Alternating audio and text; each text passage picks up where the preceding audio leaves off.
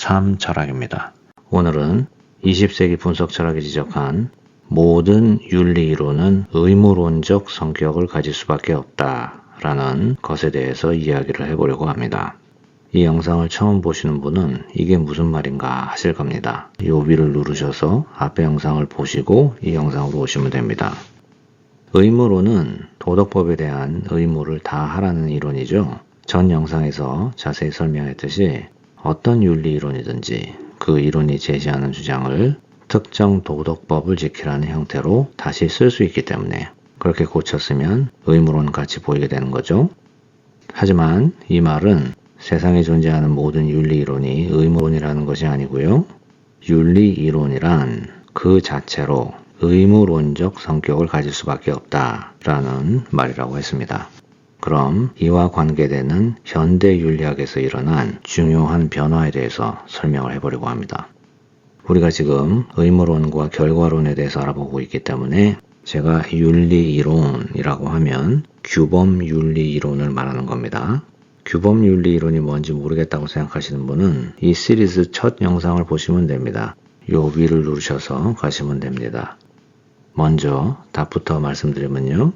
모든 규범 윤리 이론은 의무론적일 수밖에 없다라는 말은 모든 규범 윤리 이론은 배타성과 강제성을 가질 수밖에 없다라는 겁니다. 배타성은 영어로 exclusivity라고 하고 강제성은 compulsoriness라고 합니다. 그래서 모든 규범 윤리 이론은 배타성, exclusivity와 강제성, compulsoriness를 가지고 있다.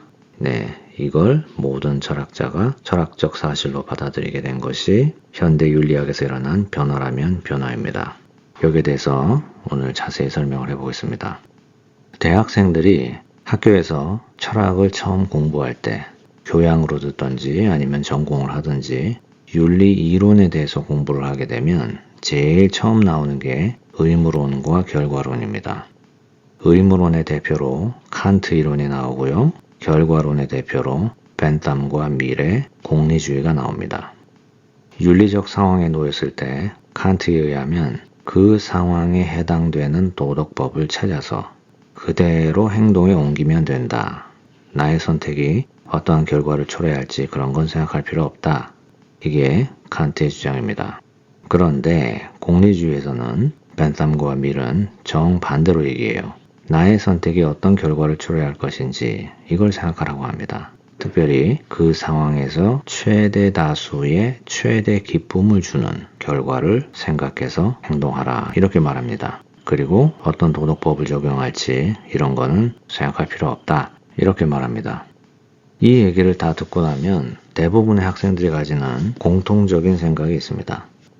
칸트 이 사람 진짜 고리타분한 사람이네. 여러 가지 상황을 고려해서 나의 선택이 어떤 결과를 초래할 것인지 생각을 해서 결정을 해야지. 어떻게 그냥 도덕법이니까 한다. 이런 생각으로 행동을 하라고 하나. 이 말은 좋은 결과를 추구한 쪽으로 생각이 들더라도 그냥 생각을 멈추고 강제로 도덕법만 따르라는 말인데 이런 배타적이고 강제성 있는 주장이 어딨나.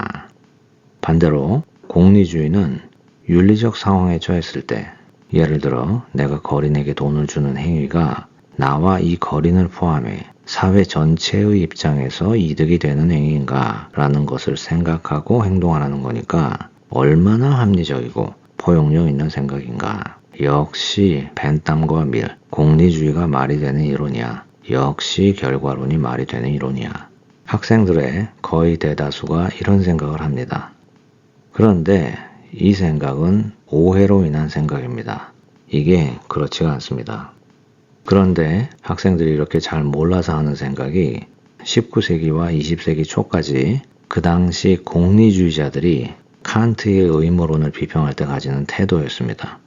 의무론은 배타적이고 강제성을 가진 윤리 이론인데 결과론은 특히 벤탐과 밀이 소개한 현대식 결과론인 공리주의는 포용력이 있고 전체를 볼 줄 아는 이론이다.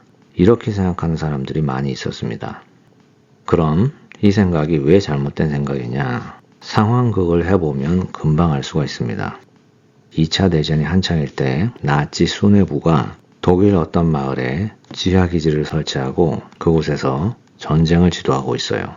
히틀러뿐만이 아니라 고위 지도자들이 다 거기에 있다고 합시다.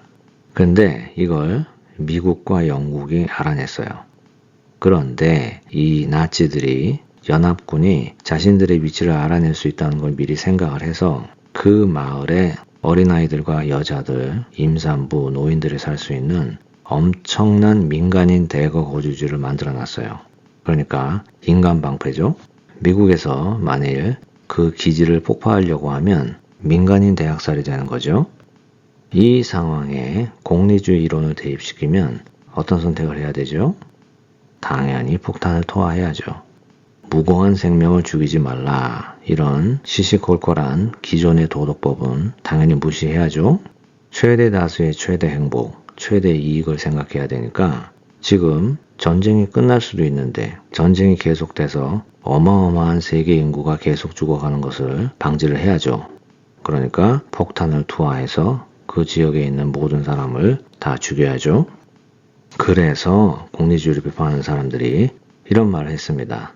윤리적 상황에서 다수의 기쁨과 이익만 추구하라는 자신들이 만든 원칙을 마치 신이 내린 명령같이 따르라고 강요하는 배타적인 집단이다. 다수의 이득을 위해서 무고한 소수가 희생되는 것은 전혀 고려하지 말라는 이론이다. 이렇게 비판을 했습니다. 네, 이 말이 맞죠. 공리주의는 자신들이 만들어낸 최대 다수의 최대 이익을 따르라는 원칙이 우주적, 절대적 명령같이 받아들이라는 이론입니다. 이 말이 좀 섬뜩하죠? 신이 내린 명령, 우주적인 명령, 종교 집단 같은 좀 섬뜩한 문구죠? 비평가들이 실제로 다 쓴 말입니다. 그래서 이런 치고받고 하는 대화들이 그 당시 철학 윤리 분야에서 오고 갔습니다. 그러다 곧 얼마 안 있다 20세기 초중반에 분석 철학적 운동이 영국과 미국을 중심으로 일어나면서 이 싸움이 정리가 됩니다. 어떻게 정리가 되었냐? 양쪽 비판이 다 맞다는 겁니다. 분석 철학의 시각으로 보면 의무론이나 결과론 다 똑같이 배타적이고 강제성이 있는 주장이다 이겁니다. 그리고 이 면은 모든 규범윤리 이론이 다 이렇다는 겁니다. 규범윤리 이론이라는 것은 선과 악, 옳고 그름에 대한 기준을 제시하는 거잖아요.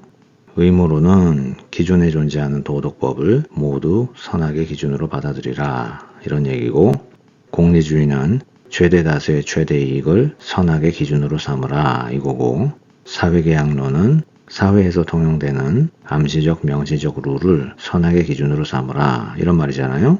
즉 이 말은 자신들이 제시하는 선과 악, 옳고 그름의 기준이 맞고 타 이론이 제시하는 선과 악, 옳고 그름의 기준은 다 틀리다는 배타적인 주장이죠. 그리고 당신이 윤리적인 사람이 되고 있다면 우리 편이 말하는 대로 싫더라도 해야 옳은 선택이다. 이 말이잖아요. 그러니까 강제성이 있는 주장입니다. 제가 배타성과 강제성이라고 말하니까 어떤 철학 교수가 자기가 내세우는 윤리 이론대로 안 하면 학생을 때린다든지 이런 말 하는 게 아닙니다. 윤리 이론이라는 것이 그 성격 자체가 그렇다는 겁니다. 왜냐하면 의무론적이니까 도덕법을 딱 정해서 이것만 따라야 윤리적으로 옳다. 이렇게 주장하니까 배타성과 강제성이 생기는 겁니다. 이건 종교 규범 윤리에서도 마찬가지입니다. 모든 종교가 다 똑같지만 기독교 개신교를 예로 들어보면요. 이분들은 노방전도라는 걸 하죠. 길거리에서 이렇게 외치는 사람들을 봅니다. 예수님 믿고 구원받으세요. 천국 가세요. 여러분, 예수님께서 여러분을 위해 십자가에 달려 돌아가셨습니다. 이게 기독교 규범윤리 이론입니다. 그리고 모든 규범윤리 이론은 의무론적일 수밖에 없기 때문에 이 말은 배타성과 강제성을 가지고 있죠.